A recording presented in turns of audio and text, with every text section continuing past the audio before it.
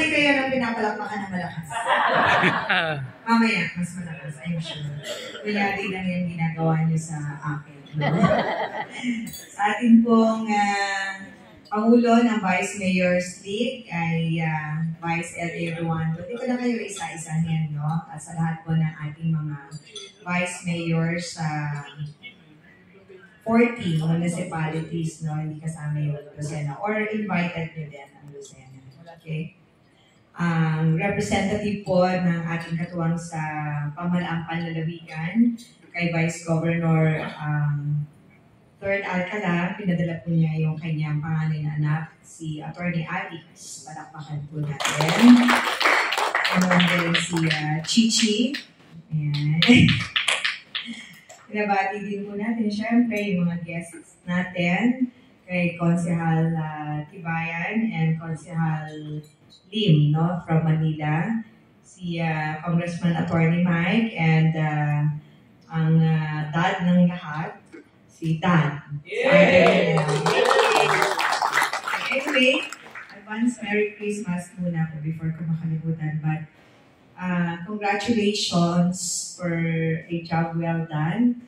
Kitang-kita ko yung accomplishments ninyo and for every meetings ay hindi lang kayo nagkikita-kita. Meron talagang makikita ng mga output, no, doon sa inyong mga ginagawa. So, congratulations po kasi naniniwala ako na ang ating mga vice mayors ay very productive, no?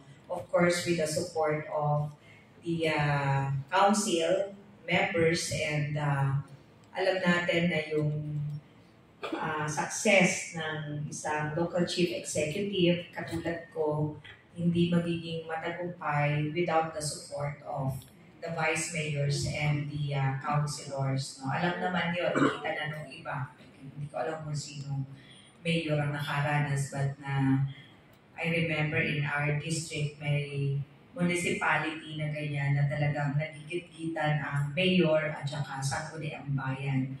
At lagi kong sinasabi na pag ginawa niyo yun, tao ang talo doon. No? Kasi it delays the funding ng programs, ng projects, no? So, hindi na-spend yung budget kasi ganito.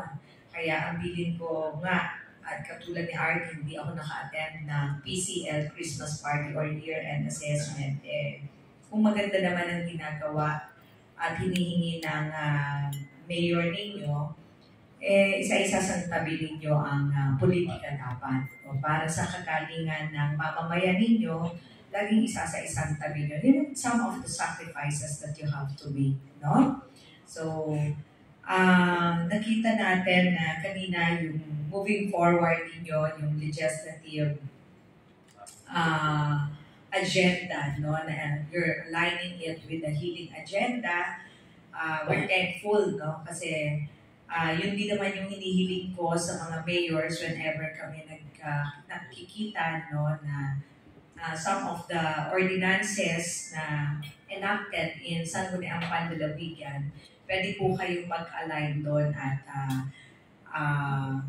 i-adapt sa local.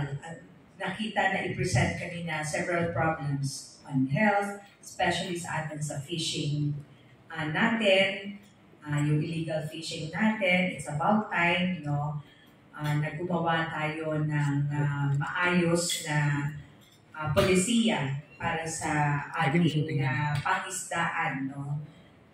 Other problems on like sa pangkabuhayan, agriculture sector, of course. So lahat po yan, kailangan mag-align po tayo kasi ang implementation talaga niyan sa inyo po, sa ground, no?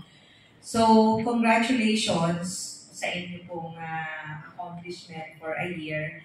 Alam niyo, after Christmas, election fever na yan, no? So, ibig sabihin. Pero, bagaman mangyayari yun, huwag niyong kakalimutan pa rin ang inyong pangunahing tungkulin sa inyong mga nasasakupan, no? Na hindi makakalimutan yung inyong mandate, okay?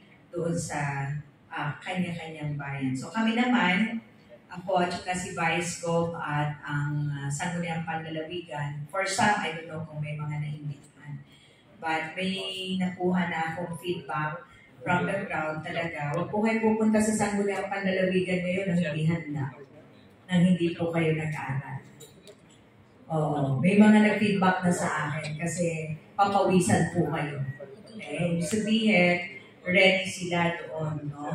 Kaya kayo, pagkapupunta, magkahanda din talaga kayo. Kasi yun din naman ang ating ginagawa para ma-gain natin yung trust and confidence ng mga tao. Yung mismo yung mga sekretaryo ng ating mga bukal, office device ko, provincial government employees, sila pong paulit-ulit na nagsasabi na ibang-iba ngayon talagang office of the governor, paspasan sila sa trabaho, office ni VG, Sangguniang Panlalawigan, paspasan sila sa trabaho, wala kaming mga pahingan. Pag nag-request ako sa kanila ng special session, pag sinabi ni Vice ko, pwede ba ma'am, next week hindi. Sabihin ko, sa isang araw gawin nyo na, within the week gawin nyo na, kakawin nila, lalabas sila lahat, babalik para gawin nyo. So, ganun tayo sa pamahalaang panlalawigan and I hope ay makapagbigay ng inspirasyon sa inyo. Kasi yun nga, napakahalaga nyo kasi kayo yung ramdam ng tao. No? Kami nandito para gabayan, mag-lead lang sa inyo, no? At matuto sa kung anong ginagawa namin. So, mag-align sa lahat ng ginagawa po namin. Okay? So, yun lang. Alam ko, gutom na yung ating mga Vice Mayor. Sobrang formal nga yun. Sabi ko, naku, underdress pala kami lahat. Kayo pala yung mga nakabarong. Sana'y nakapag-Pilipiniana din ako. Anyway, yun lang. Maraming salamat po. Hindi na po ako magtatagal kasi very early ako tomorrow. Si Arlie naman ay mamaya magpapasaya sa inyo. So, aalis din pala siya with me, but I don't know kung paano niya siya pasasabi. Yun lang. Maraming salamat sa Vice Mayor. Saludo po ako sa inyo. Maraming salamat po. Merry Christmas. Maraming salamat po, Governor Dr. Henrital. At ngayon naman po,